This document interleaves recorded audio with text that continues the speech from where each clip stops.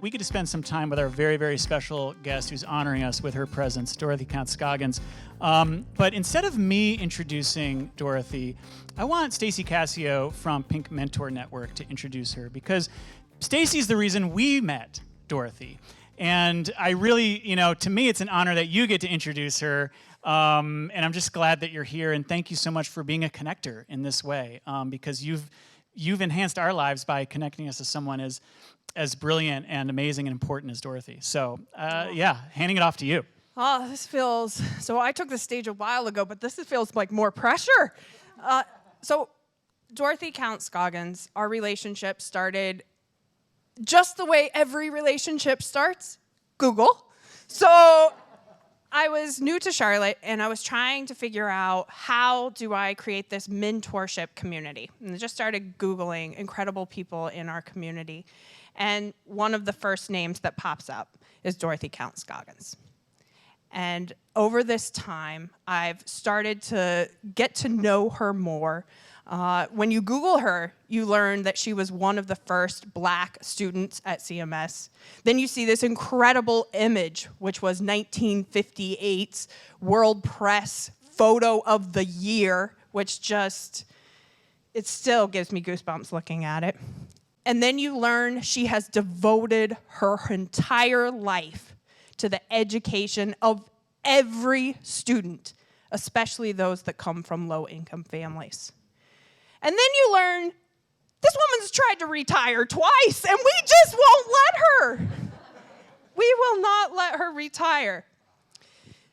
But I've gotten to know her as a mentor. And I want to share 3 times in my life when I was at a threshold and this woman's words were everything I needed to hear. The first one was that event.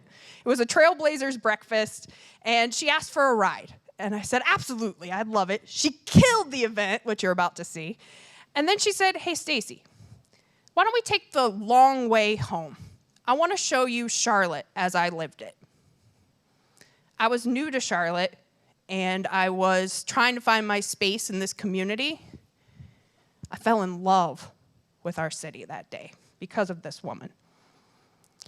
Then, fast forward, we're in a pandemic. It's right after the George Floyd murder.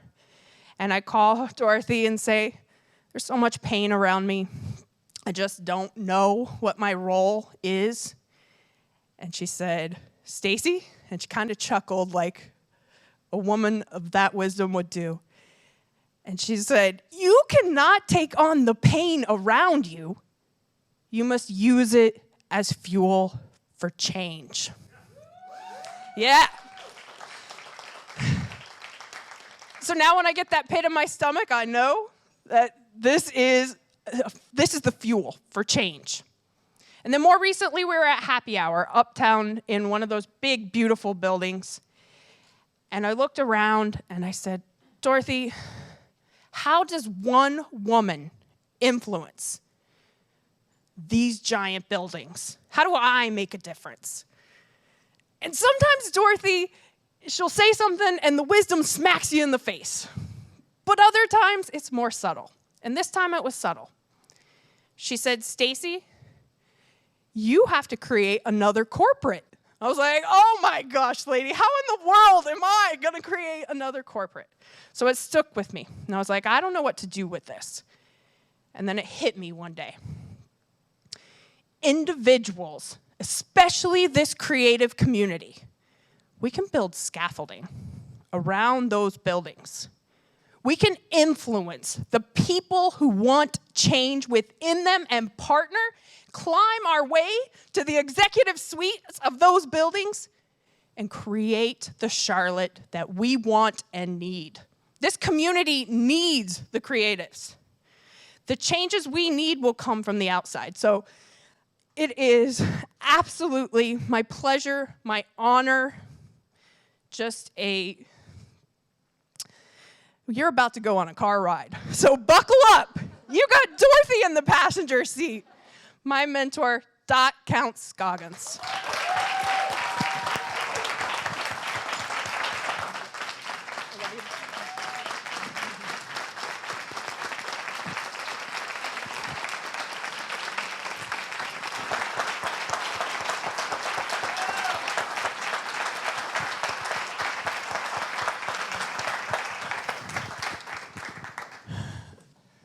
Thank you so much, Stacy, and good morning, Dorothy. How are you? Do you prefer Dorothy, Dot, Miss Counts-Scoggins? What do you prefer? Dot. Dot. Okay.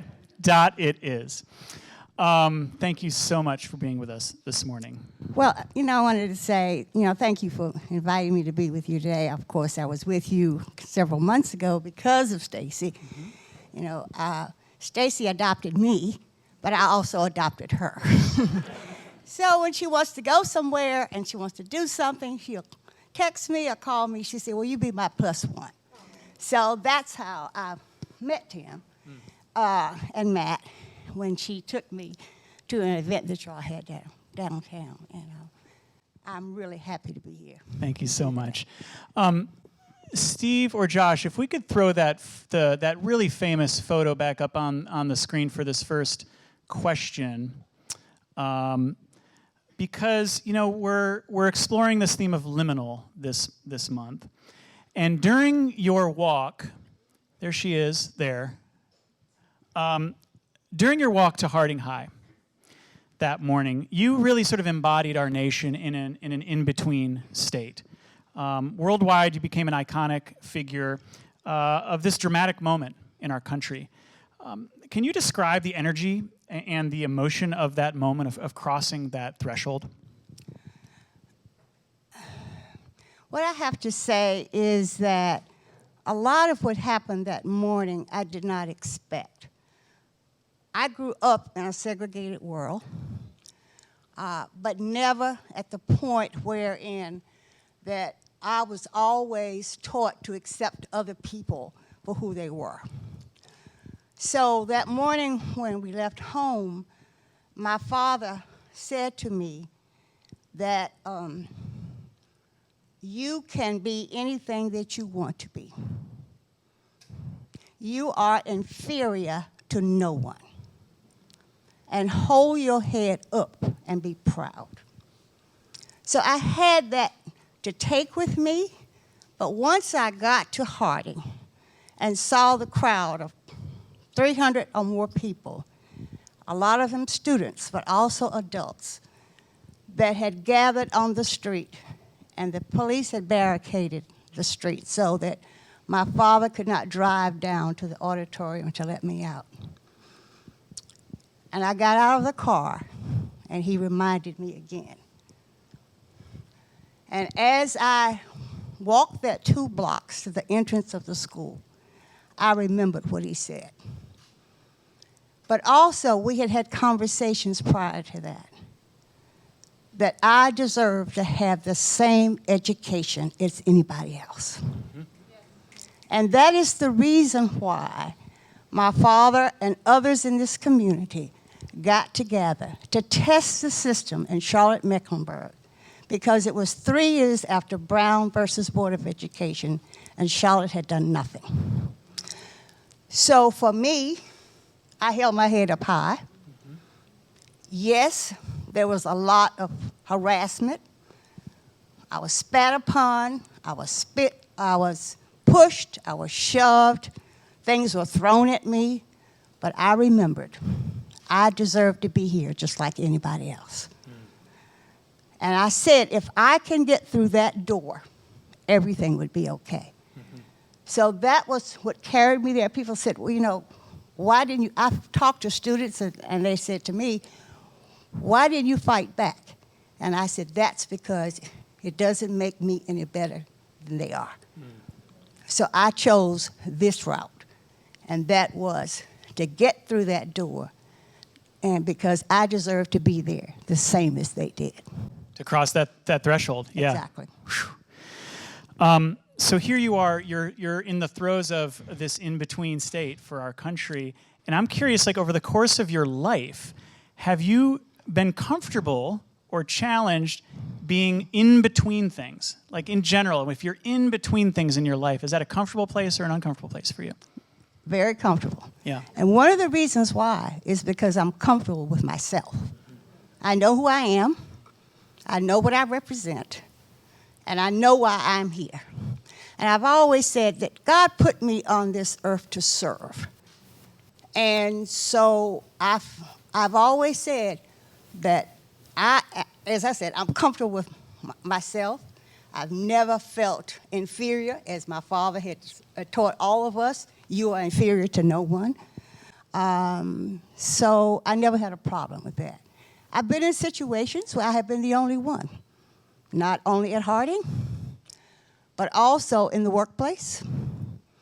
I have been the token in certain situations in the workplace. But what I've tried to do is, even though I was the token, I made sure that I brought somebody else along with me that looked like me and tried to mentor them so that I would not be the only one. So, Dot, you spent some time in New York City. As someone who spent some time in New York City as well, that was part of my journey. I'd love to hear, what was that experience like for you, and why did you decide to come back home to Charlotte? When I graduated from college, I went to New York. I didn't have a job, but I had family there. And my degree is in psychology and sociology. So when I went to New York, I wasn't sure exactly what I was going to do. But I got a job working in a center for abuse and neglected children. And that was an eye-opener for me, because I felt that in some ways I had led a sheltered life.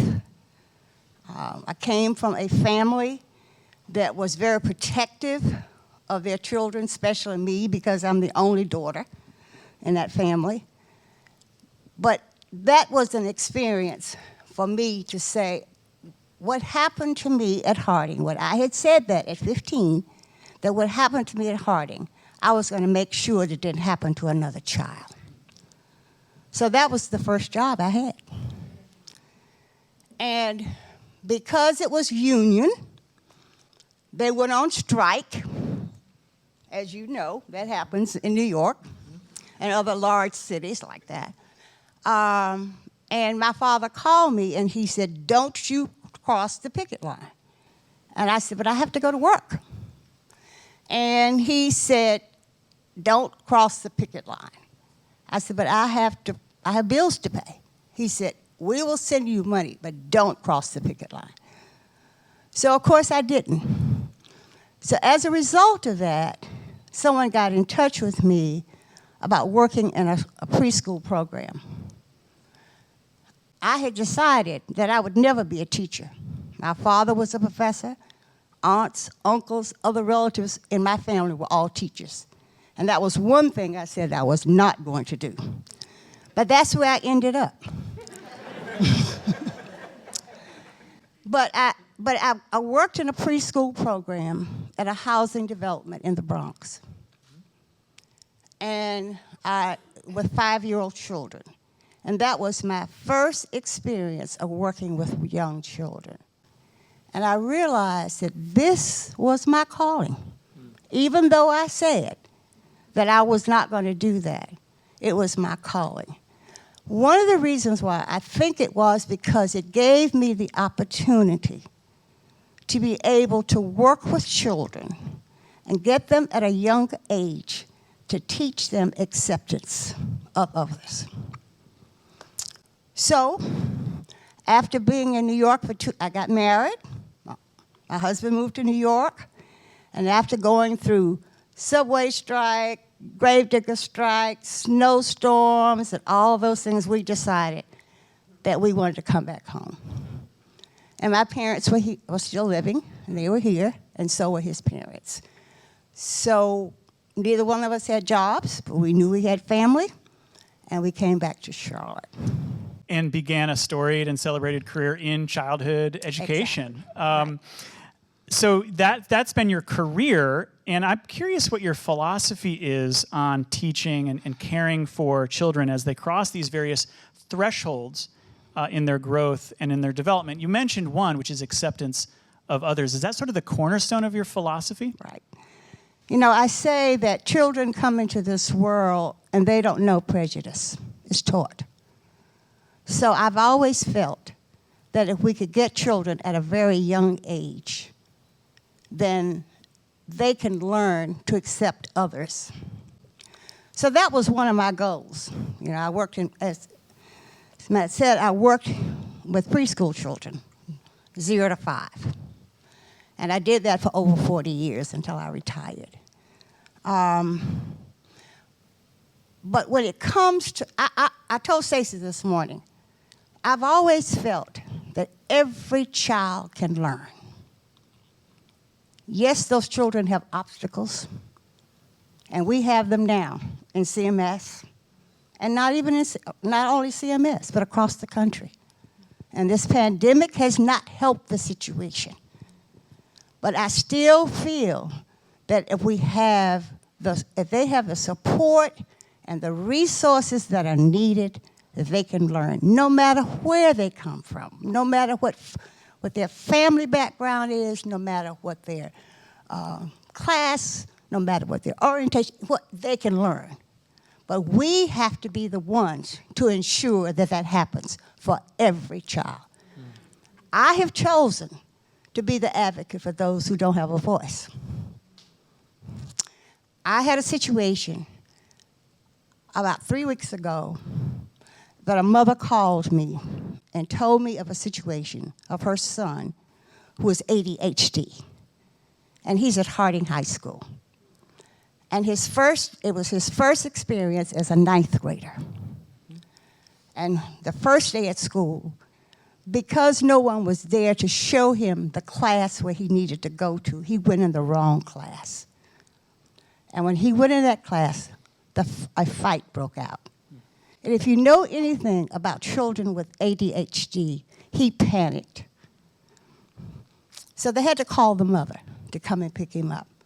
She's a single mom. She stressed to him, "You've got to go to school because I have to go to work." He didn't want to. He went back the next day, and there was a fight at the school. And he actually panicked. Mm-hmm. He's no longer in school because he refuses to go. So as an advocate, when they called me, I said, okay, we're going to see what we can do to ensure that this child gets an education. So that's the kind of thing for me is to help anyone to ensure he deserves to have an education. Yes, he's got a disability, but the funny part about it is this child was in honors classes and advanced classes in the middle school that he came from. He doesn't deserve this. No. So this is the kind of thing when I say, you know, I'm an advocate for that child or that mother or that family that needs someone to be able to speak up for them. It's so beautiful and powerful.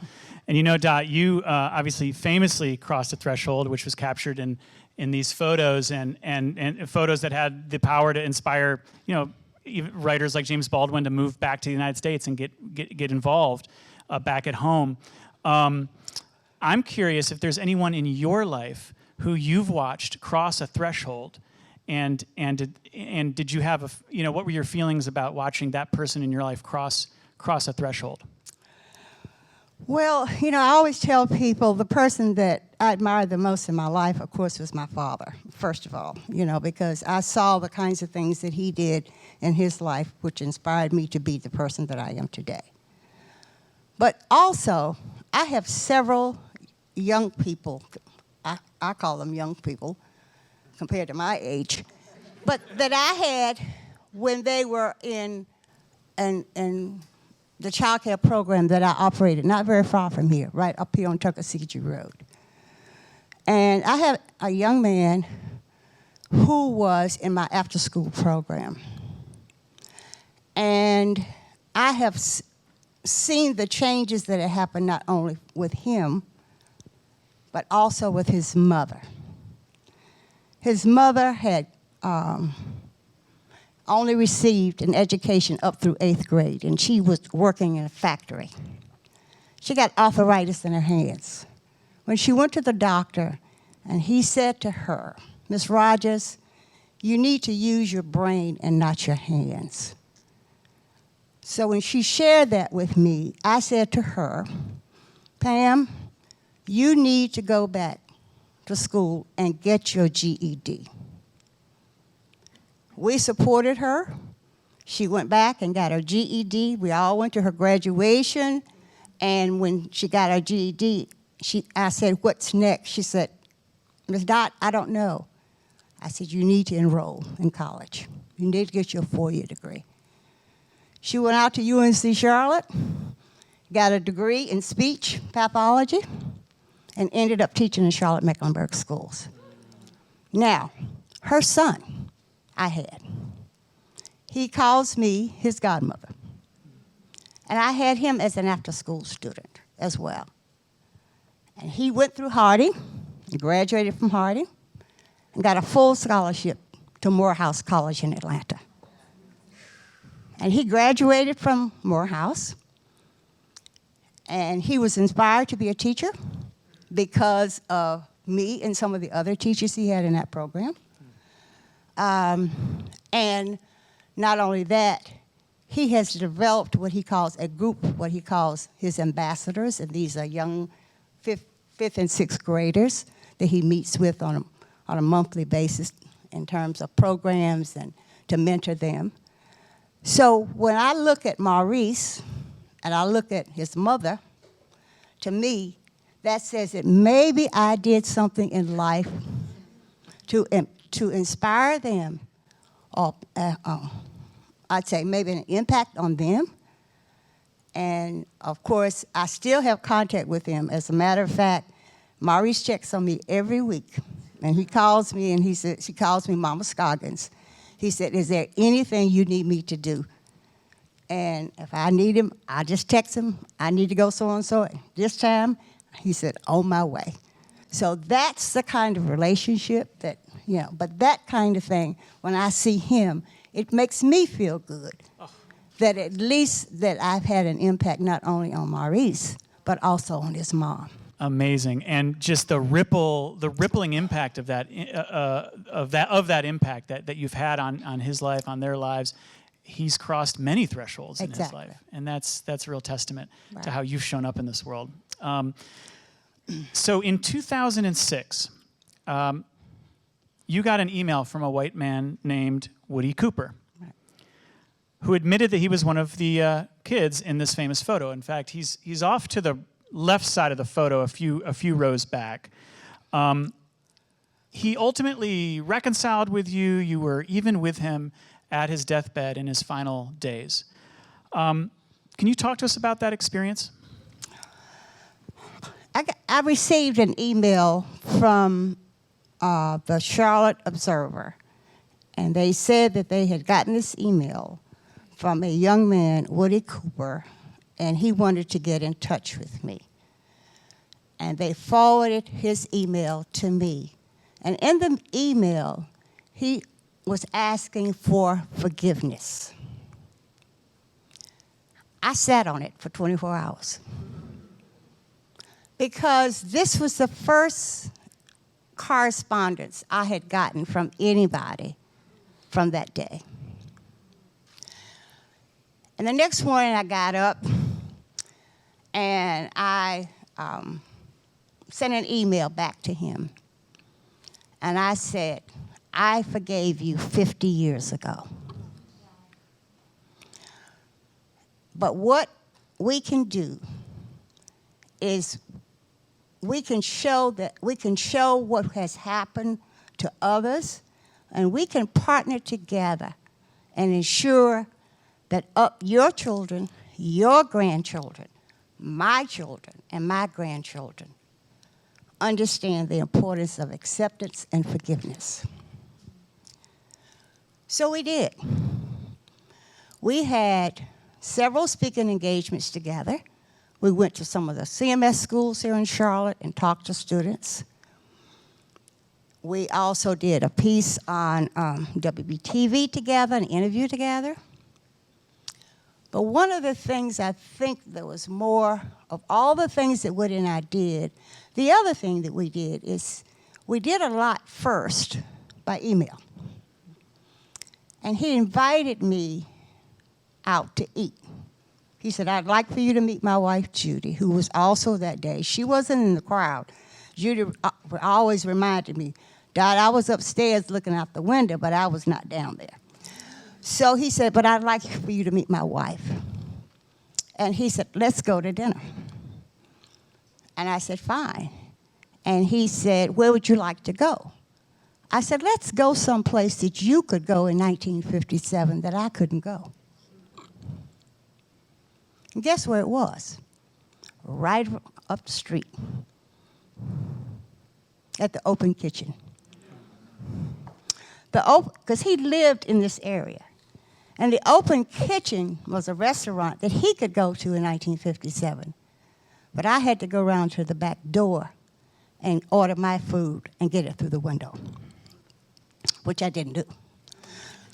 But anyway, I said, so he said, is that okay with you? I said, fine, because that's close by. So after that meeting, Judy, but also he brought a friend of his who was also in that crowd that day, who was visiting Charlotte. And I met him, and we developed a relationship. Woody and I did. Well, what happened was, I don't know whether you are aware, there is a bench in Freedom Park called the Forgiving Bench. I don't know whether you're aware that that bench is there. But we were called and asked to dedicate that bench together, the two of us. But I found out that Woody had developed cancer, and he wasn't able to come, but some of his family came and dedicated that bench with me at Freedom Park. It's a red bench in Freedom Park. His condition continued to deteriorate, and in the office building where I worked, he had a relative that was in that building, and she shared with me, she said, Dot, Woody is now in hospice. And so I left work that day. I called Judy, and I said, Judy, I understand that Woody is in hospice. I'd like to come and see him. My office was in the South Park area, and I drove to Huntersville to hospice. And when I walked in the room, of course, Judy was there, the kids were there, and the nurse said to me, he will probably hear you, but he's not going to speak. So I sat there beside his bed, and I talked to him the same way he and I used to talk, on the phone, and even when we had connections. And I sat there for about 2 hours. When I got ready to leave, I reached over, I kissed him on his forehead, and I left. His wife called me 2 hours later, and she said, I want to let you know that Woody passed, and I think he was waiting on you. So, of course, when he was funeralized, they called me and asked me if I would come and sit with the family, be a part of their family. And I did, because I felt that what happened in 1957, and I said to Woody, I said, Woody, it was different for both of us because we grew up differently. You were taught one thing, I was taught another.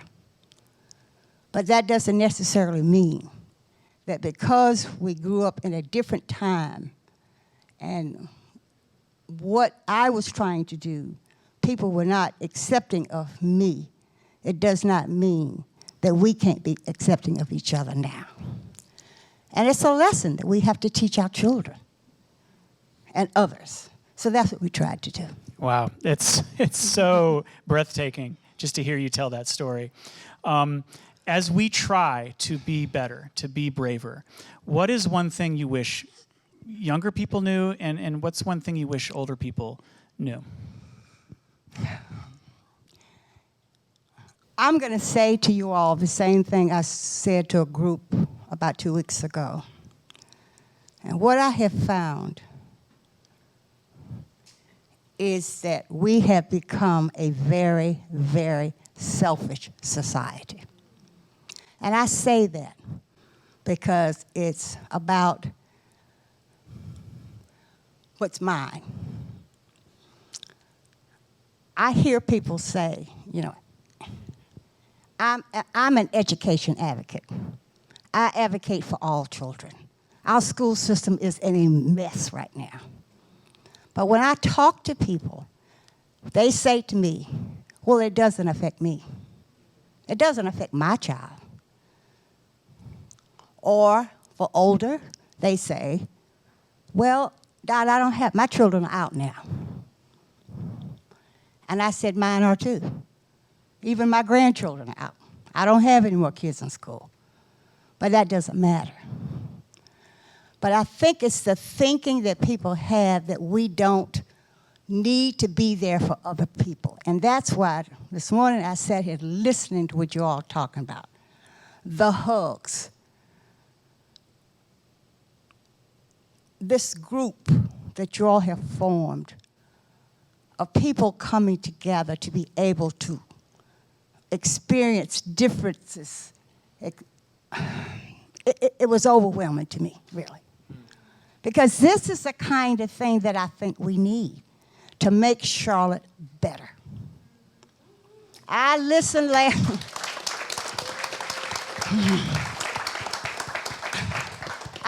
I told Stacy this morning, I said, sometimes I feel that I'm in this struggle all by myself. I happen to live on this side of town, and I chose to move from South Charlotte over here, because this is home.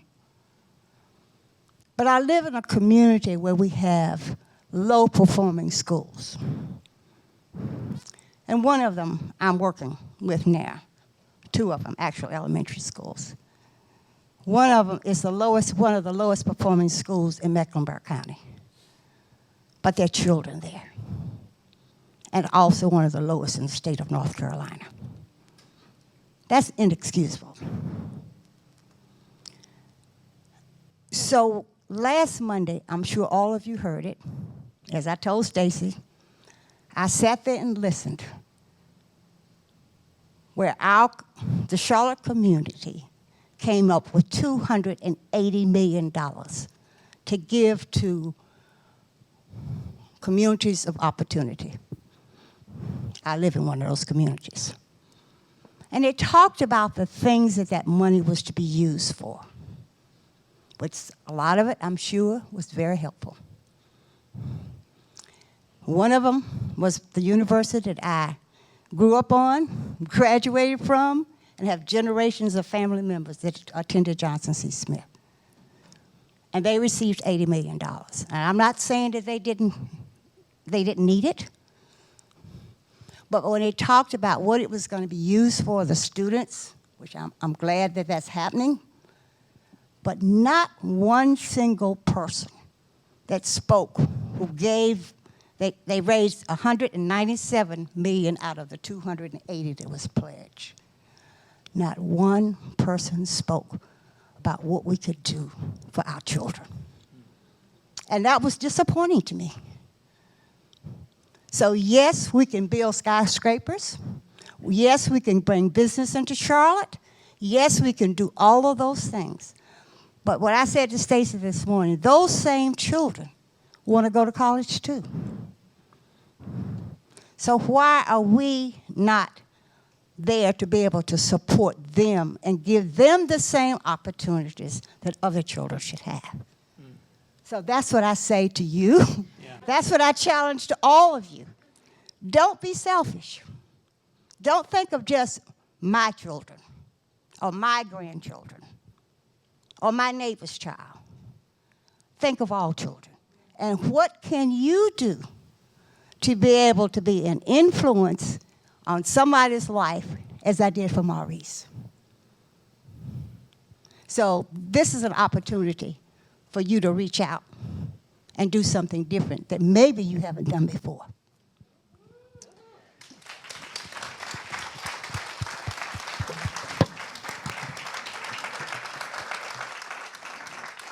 Dot, I'm thinking of, you know, when you think of light doesn't decay, and that reminds me of you. Your message will not decay. Your example, your everything you stand for, your impact will not decay. And I'm just so grateful. I feel so honored. It's such a gift for you to be here to continue to share your message and your story with us. Everyone, Dorothy Counts-Scoggins. Everyone.